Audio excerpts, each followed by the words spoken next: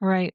Well, it's really horrifying to hear that you got that kind of response because that seems I don't know if I'm being dramatic when I say it seems pre-genocidal. It's just a Yeah. terrifying thing to teach people Yeah. to deliberately try to reduce empathy towards certain groups of people. Like these are the kinds of ways that we were talking about white people in the program that I was in Yeah. were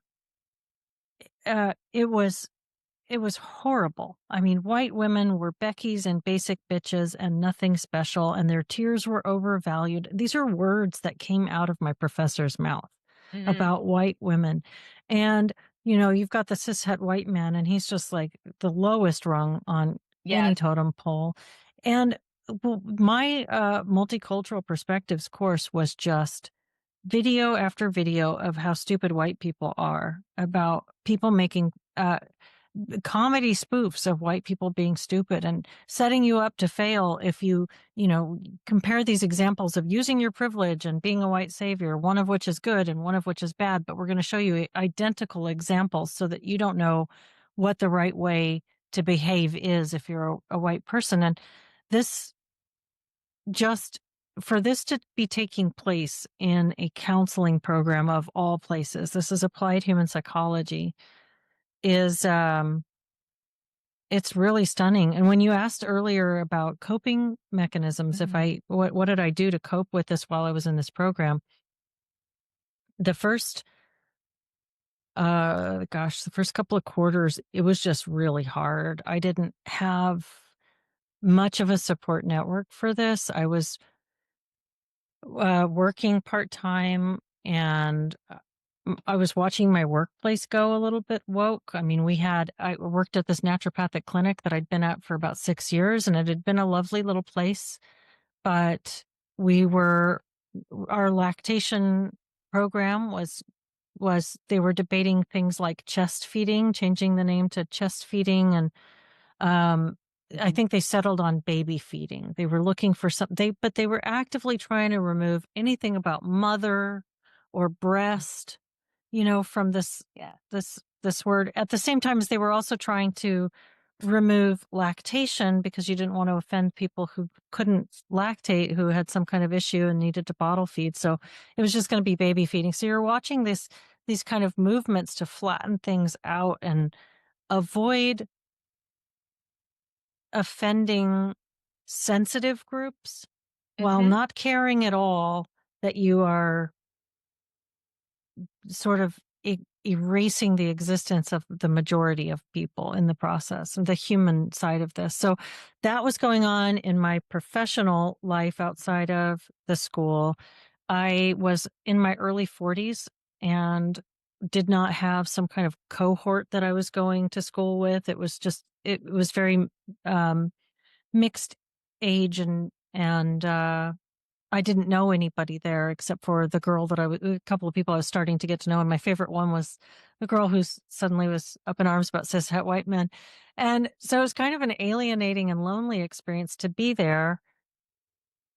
And I was in by second quarter, in this struggle session with my professor who was trying to talk to me about my white privilege every time I tried to criticize some or challenge any of the teachings that we were being taught, which were just really sophomoric and reductive. And I was really struggling. I was really, really struggling. I was very depressed. I remember that when I started this program, I left law school several years before, midway through my program. It's a 3-year program, and I left in the middle of my second year because I had decided I definitely don't want to become a lawyer after seeing this much of it, and talking with people. And I was working with this attorney who was I wasn't her intern, but she was my mentor, I suppose.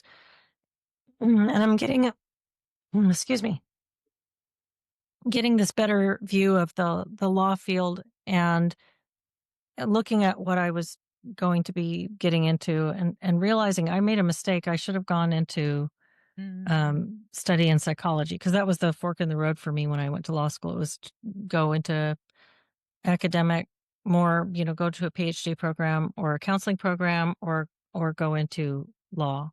Mhm. So I left law school thinking, no, I'm going to go into a counseling program. And then I had my two sons, took some time off from school.